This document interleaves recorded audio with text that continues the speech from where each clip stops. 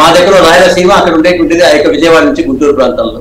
ఆ ఉత్సాహం అదంతా చూసిన తర్వాత నేనైతే నమ్ముతున్నాను ఖచ్చితంగా కూటమికి మంచి అభిప్రాయం ఉంటుందని.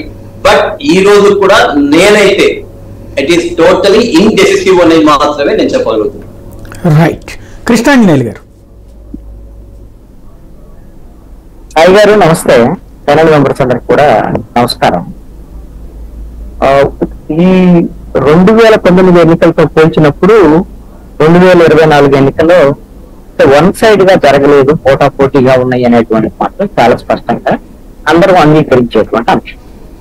అలాగని ఈ ఎన్నికలు ఇప్పుడు జరిగే ఈ పోటాపోటీ ఎన్నికల్ని, ఈ ఫలితాలని ఎగ్జిట్ పోల్స్ అంచనా వేయలేవా అనేటువంటి దానిపైన మనం ఒకసారి ఆలోచిస్తే, ఇందాక సాంబశివరావు గారు చెప్పినట్టుగా ఖచ్చితంగా మనకున్నటువంటి పరిజ్ఞానము, టెక్నాలజీ ఇవన్నిటిని పరిగణలోకి తీసుకుంటే ఒక స్థాయి ఉన్నటువంటి సంస్థలు ఖచ్చితంగా దీన్ని ఖచ్చితమైనటువంటి అంచనా వేయగలిగినటువంటి స్థితి అయితే ఉంటుంది అని నేను అనుకుంటున్నాను.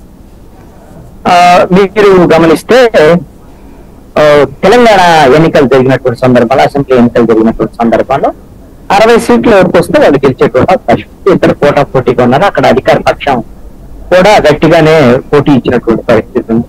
కానీ ఎగ్జిట్ పోల్స్ వచ్చేసరికల్లా ఒక ఖచ్చితమైనటువంటి ఫలితాన్ని ఎగ్జిట్ పోల్స్ లో ప్రతిబింబించింది. కాంగ్రెస్ పార్టీ అధికారంలోకి వస్తుంది. కొద్దిగా సీట్లు, అది 60 సీట్లు చెప్పిన వాళ్ళు ఉన్నారు, 65 చెప్పిన వాళ్ళు, 67 చెప్పిన వాళ్ళు ఉన్నారు, 90 సీట్లు చెప్పిన వాళ్ళు కూడా ఉన్నారు. అది వేరే విషయం.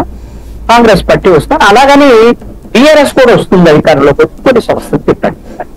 ఎక్కువ కీలకమైనటువంటి సంస్థలు, పెద్ద సంస్థలు, పేరున్నటువంటి సంస్థలు కాంగ్రెస్ పార్టీ వైపు మొగ్గు చూపు. కాబట్టి ఎగ్జిట్ పోల్స్ లో మనం ఒక క్లారిటీకి రావచ్చు అని చెప్పేసి నేను అనుకుంటున్నాను. రేపు సాయంత్రం ఎలాగో 6 గంటల తర్వాత అందరూ కూడా తారామస్తాను ప్రెస్ మీట్ పెడుతున్నారని, అది మిగతా సంస్థలు వీళ్ళందరూ కూడా పెడుతున్నారని ఇప్పటికే ప్రకటనలు వచ్చేసాయి. కాబట్టి 6 తర్వాత ఎప్పుడైనా సరే ఎవరికి వాళ్ళు ఈ ఎగ్జిట్ పోల్స్ రిలీజ్ చేస్తారు. దాంట్లో ఇప్పుడు ఎలాగైతే రాజకీయ పార్టీలకు సంబంధించినటువంటి వాళ్ళు, ఆయా పార్టీలకు సంబంధించినటువంటి అనుకూలంగా ఉండేటువంటి మీడియా, ఎవరికి వాళ్ళు పోలింగ్ జరిగిన దగ్గర నుంచి ఇప్పటి వరకు గమనిస్తే ఏ పార్టీకి అయితే అనుకూలంగా ఉండేటువంటి మీడియా ఉందో ఆ మీడియాలన్నీ కూడా తమ పార్టీ గెలుస్తుంది, ఈ కారణం రీత్యా గెలుస్తుంది ఈ పార్టీ అనేటువంటిది అనేకమైనటువంటి రూపాలు ఖచ్చితంగా ఆ పార్టీ గెలుస్తుందని ఆ మీడియాలు చెప్తూ వస్తున్నాయి. ఎందుకు అనంటే ఇంకా ఏ కోశాన్ని కూడా తమ పార్టీ ఓడిపోయింది అనేటువంటిది అంగీకరించడం.